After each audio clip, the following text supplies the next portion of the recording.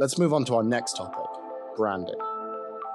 So in our special episode over the weekend, you mentioned that Prof G Media is banked with SVB. And as you mentioned today, it's the bank for most or all of your startups. And something I've realized recently is just how much we all underestimated the importance of SVB to the whole startup ecosystem. So, half of all venture-backed tech companies bank with SVB. Practically every founder I know uses it, which to me speaks to the strength of the brand. So based on your experience, can you walk us through why people bank with SVB, what was appealing about the brand in particular, and potentially if that brand had any role to play in this collapse?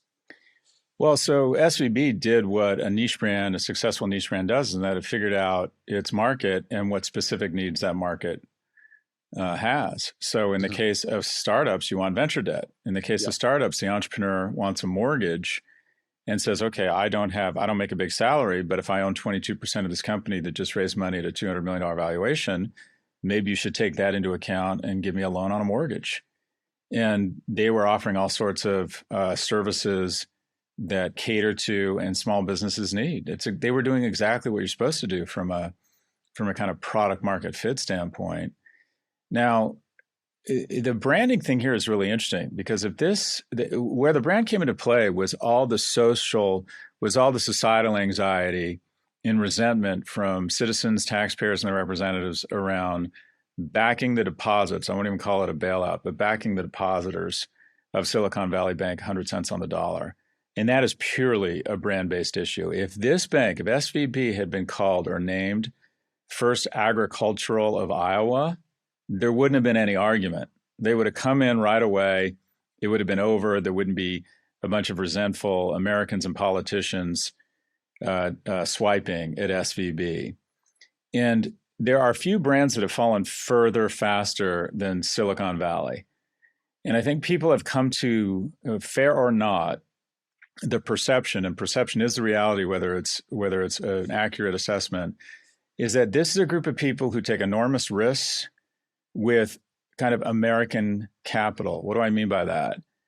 They build an app, a social media app, and they recognize they take big risks, invest a lot of their own and other people's capital, enormous upside. They capture all of the upside, even more than their share of the upside, by weaponizing government and ensuring that there's all sort of tax breaks and loopholes and subsidies and first 10 million out, small business 1202, such that you don't get taxed on your first 10 million out or 10 times your principal, all sorts of subsidies. And then American households that have teenage girls pay the price for the risks they're taking. I want all of the upside of the shareholder value increase, but the externalities of an attention-based economy is borne by households across America. I'm going to build or invest in a ride-hailing company that's unprofitable to create tens of billions of dollars in wealth for shareholders, but labor pays the price. Contractors in California and across the nation, because of the power of this company, no longer have overtime or workers' comp because this company and this group of company figures out a way to spend $120 million to pass a proposition that classifies who used to be employees as contractors.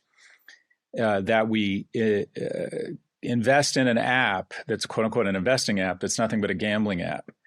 And the backers and Sequoia Capital and the folks at Robinhood make billions, but who pays the price? Who bears the risk here, or the downside of the risk? Young men who become addicted to what is effectively gambling. So I think there's a general feeling that if you were to take the 3 largest coal-fired plants in the world, or the big puffs that have created climate change or a worse environment, you'd say, well, it's the suburbanization of America, it's the industrialization of China. But also, I would argue one of the biggest coal-fired plants is in Palo Alto. And that is this leveraging of money to politicians, this idolatry of innovators, and a general gestalt that we can take a ton of risk and recognize 100% of the upside of that risk, but American citizens are going to pay a disproportionate amount of the downside from that risk. And I think people have just really turned on the Silicon Valley brand and have decided, okay, this is a group of people that has some very vocal, outspoken people who are constantly shitposting government. Elon Musk is famous for saying government should just get out of the way. government or idiots. If government doesn't get its act together and stay out of the way, then Chinese warriors, armed with AI, are coming for us. Government doesn't work. And then when shit gets real, they're angry that government hasn't shown up quickly enough. So there's a lack of citizenship and a plethora of survivalist mentality where let's build a bunker in the forest, put signs up everywhere. Trespassers will be shot. The US government is the enemy. But I expect the government to connect my electricity and my water and my heating. And when there's a fire in the backyard, when I'm trying to innovate and invent new chemicals, I start bitching that the Coast Guard and the fire department and the Navy aren't here in 60 seconds to save my ass. And I think America's just sort of fed up with the Silicon Valley brand. And in this instance, it caused for a hot moment the Fed, I think, to say, should we bail out depositors? Whereas if it had just been a Midwestern bank, there would have been no question. But ultimately, they came to the right decision that you have to have trust in the banking system. The downside here would have been much greater. The right analogy is it was more dangerous to underdo stimulus in the pandemic than overdo it. And I think that's what they decided here. That would be more dangerous to under backstop, if you will, than over backstop. But the brand played a huge role. I think the brand Silicon Valley has eroded dramatically. Well, the ecosystem that you're describing is basically just a shitty ecosystem where you have all of these companies that are, most of which are not profitable. The businesses don't actually work. And then the businesses that are profitable are creating these emissions that are affecting the connective tissue of our society and all the things that you've criticized before. But the big argument for why you bail them out in this instance is that it is a systemically important ecosystem. That if we don't bail them out here, and we'll get to the regulation in a second, but I just want to think about it from the venture capitalist point of view, specifically all those VCs who are on Twitter, all of these VCs basically trying to tell us this is a systemically important ecosystem that is going to collapse our economy. My view is that it's not. What do you think? We would have been fine. So I put out this tweet. I said, tomorrow I believe that the Fed backs all depositors. By the way, of all the companies I was involved in, I wasn't urging anyone to pull their money out. Maybe I should have. I would have looked like an idiot if they hadn't shown up. But I did what Jason said. I went to the FDIC site, and 72 of 73 banks, the depositors have been backed, have been backstopped. I just wasn't worried. I thought this is every scenario that plays out is more downside risk than making what might be an unpopular decision, but ultimately the right decision. And I thought these people are smart. They'll get to the right decision, wipe out shareholders, wipe out unsecured debtors, back the depositors. Now, in terms of a brand, though, so just as there's two tiers in banking emerging, the bulletproof banks and everybody else, there's two tiers of VCs developing. One is what I call venture capitalists who are citizens. Hemant Taneja from General Catalyst had tried to assemble a group on very short order on the last Saturday, issuing and articulating support for the bank and saying, we'll keep our business with the bank if someone acquires that. I think that's a constructive attempt to solicit more interest in an acquirer that ultimately costs the government less and creates stability. I think that's citizenship. What was really interesting was that Kleiner signed that, Lightspeed signed it. What was even more interesting, though, is who didn't sign it. And that is Andreessen Horowitz was visibly absent. And it leads you to believe, okay, why did they not sign this thing? And is it because they have so many investments in crypto and Web3 that are largely predicated on chaos and stress in the banking system and the US dollar declining in value, as evidenced by the fact that Bitcoin over the last few days has surged? So are their interests aligned with America's is a fair question. And two, you had venture capitalists or investors like Ron Conway and Reid Hoffman, not on Twitter, but behind the scenes working with Nancy Pelosi, working with Governor Newsom, working with Representative Khanna, to educate and discuss with the Fed why they believed you needed to back these deposits, how it could be most orderly, how they could position the bank for the best sale such that it didn't end up costing the government. They were trying to play a constructive role. And what you also have is this thickening band of what I call venture catastrophists. Mm. Catastrophism is a belief that the world has largely been shaped by a series of sudden, violent shocks on a global level. In addition, we have an attention economy where you can be famous just for being famous.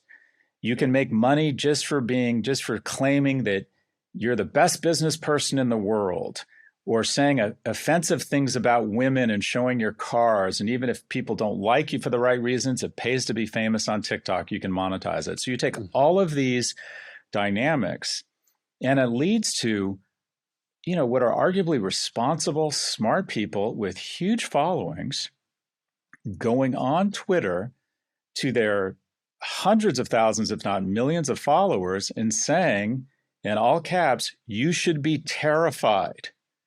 On Monday morning, there are thousands of people lining up around banks. Some will get their money out. Most will not.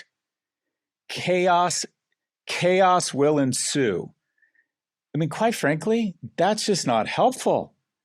That's just not, they have a right to pull their money out. They have a right to free speech. But,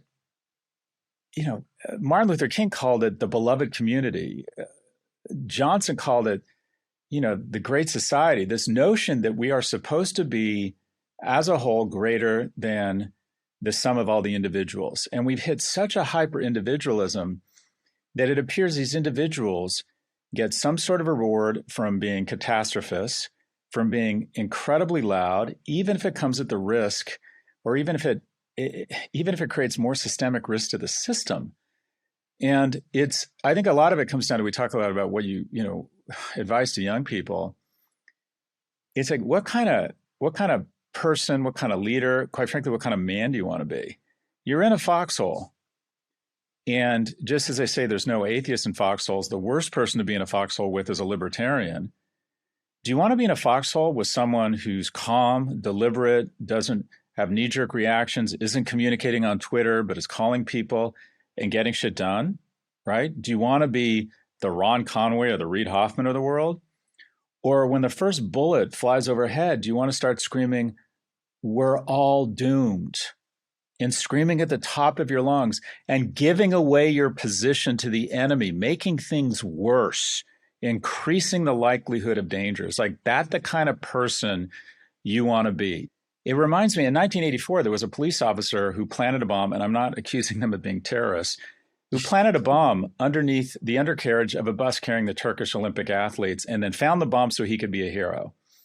And when you follow these guys' Twitter feeds, you distinctly, and tell me if I'm overreacting, you distinctly get the feel they would like to see a catastrophic outcome such that they could take credit for either calling it or saying that it was because of them that they saved it. It feels as if they have a vested interest not in the health of America, but in validating their own views around catastrophe. Yeah. But here's the stat that really pisses me off, which I saw the other day, which is that in January 2023, there was an estimated $290 billion in dry powder, that is just readily available cash on the sidelines, in US VC funds.